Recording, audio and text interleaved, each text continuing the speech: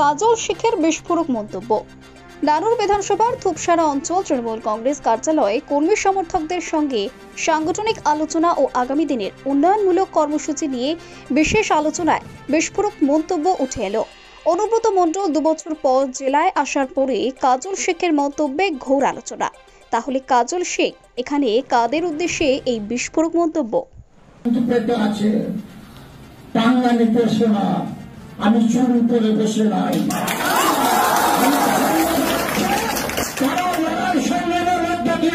এই জায়গাটা এসেছে।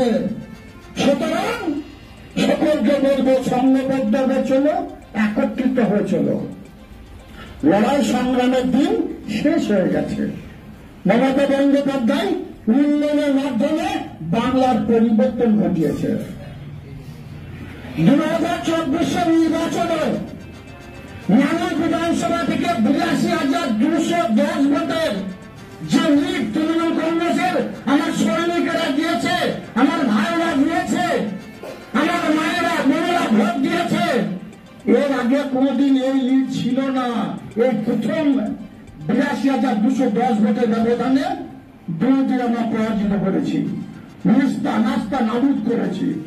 এই থুপসারা অঞ্চল থেকে যে লিডটা দিয়েছি, এর আগে কোনদিন এই লিড দেয়নি তৃণমূল কংগ্রেসের যারা দায়িত্ব ছিল তারা।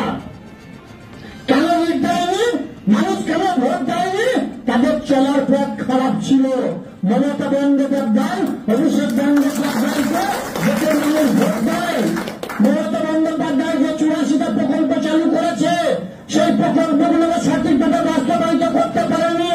কিন্তু এখন মহিন থেকে ডাক্তার থেকে শুরু করে এই অঞ্চলে যার দায়িত্ব আছে, তারা মানুষের পাশে গিয়ে মানুষকে সঠিকভাবে তারা বোঝাতে সমর্থ হয়েছে। তাই এই অঞ্চলের মানুষ দুহাত ভরে মমতা বন্দ্যোপাধ্যায়, অভিষেক বন্দ্যোপাধ্যায় মমতা প্রার্থীদের আশীর্বাদ করেছে।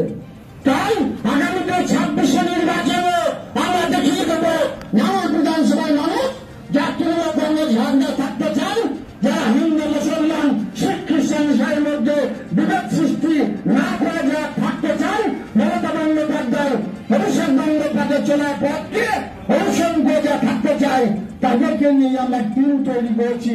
সেই টিমই থাকবে নানুর ব্লকের বুকে। নানুর বিধানসভার দায়িত্ব স্বয়ং জননেত্রী মমতা বন্দ্যোপাধ্যায় আমাকে দিয়েছেন। আমি এই অঞ্চলের ক্ষেত্রে বলবো, নানুর বিধানসভার প্রত্যেকটি অঞ্চলের যারা মামাটি মানুষের সৈনিক ছিল, একদিনের জন্য মমতা বন্দ্যোপাধ্যায়কে ভালোবেসেছে, 1 ঘন্টার জন্য অভিষেক বন্দ্যোপাধ্যায়কে ভালোবেসেছে, তাদের সকলকে আমি রিকোয়েস্ট করবো, তোমরা ফিরে এসে এক ছাতার তলায় বসো। যদি তোমরা বাড়ি কাজ করতে চাও, বাড়ির মাফিয়া বাঁধতে চাও, নদীতে চলে যাও, পার্টি বিশ্বাসের দরকার নাই। যদি রেভিনিউ দিয়ে বাড়ি চলে তাহলে এসো, কিন্তু ভাববে রেভিনিউ দেবো 1 কোটি টাকা আর 3 কোটি টাকা বাড়ি চুরি করবো, মেনে নেবো না। তোমাদের প্রত্যাখ্যান করবে। তোমরা যেখানে আছো সেখানে থাকো।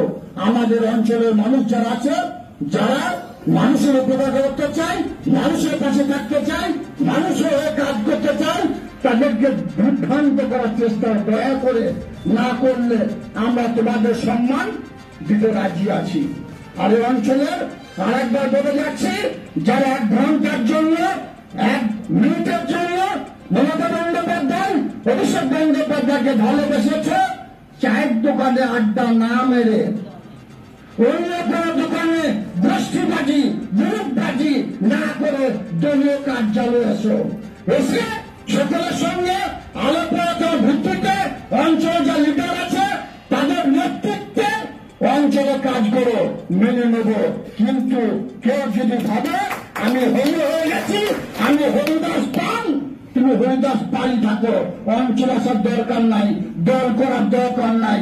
তোমাদের রাস্তা খোলা আছে, তুমি তোমার রাস্তায় যাও, আমরা আমাদের রাস্তায় থাকবো। আমরা মমতা বন্দ্যোপাধ্যায়ের সৈনিক, অভিষেক বন্দ্যোপাধ্যায়ের সৈনিক, মমতা বন্দ্যোপাধ্যায়ের সঙ্গে আমরা পথ চলছি। আমাদের শরীরের এক রক্তপিণ্ড বচিষ্ঠ থাকা পর্যন্ত মমতা বন্দ্যোপাধ্যায়, অভিষেক বন্দ্যোপাধ্যায় যে নির্দেশ দেবে, সেই নির্দেশটাকে আমরা অক্ষরে পালন করবে।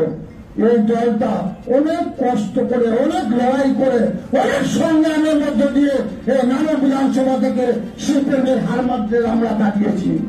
আমার কাছে খবর আছে কৃষি মান্ডিতে যেখানে তোমরা বর্ষ কার সঙ্গে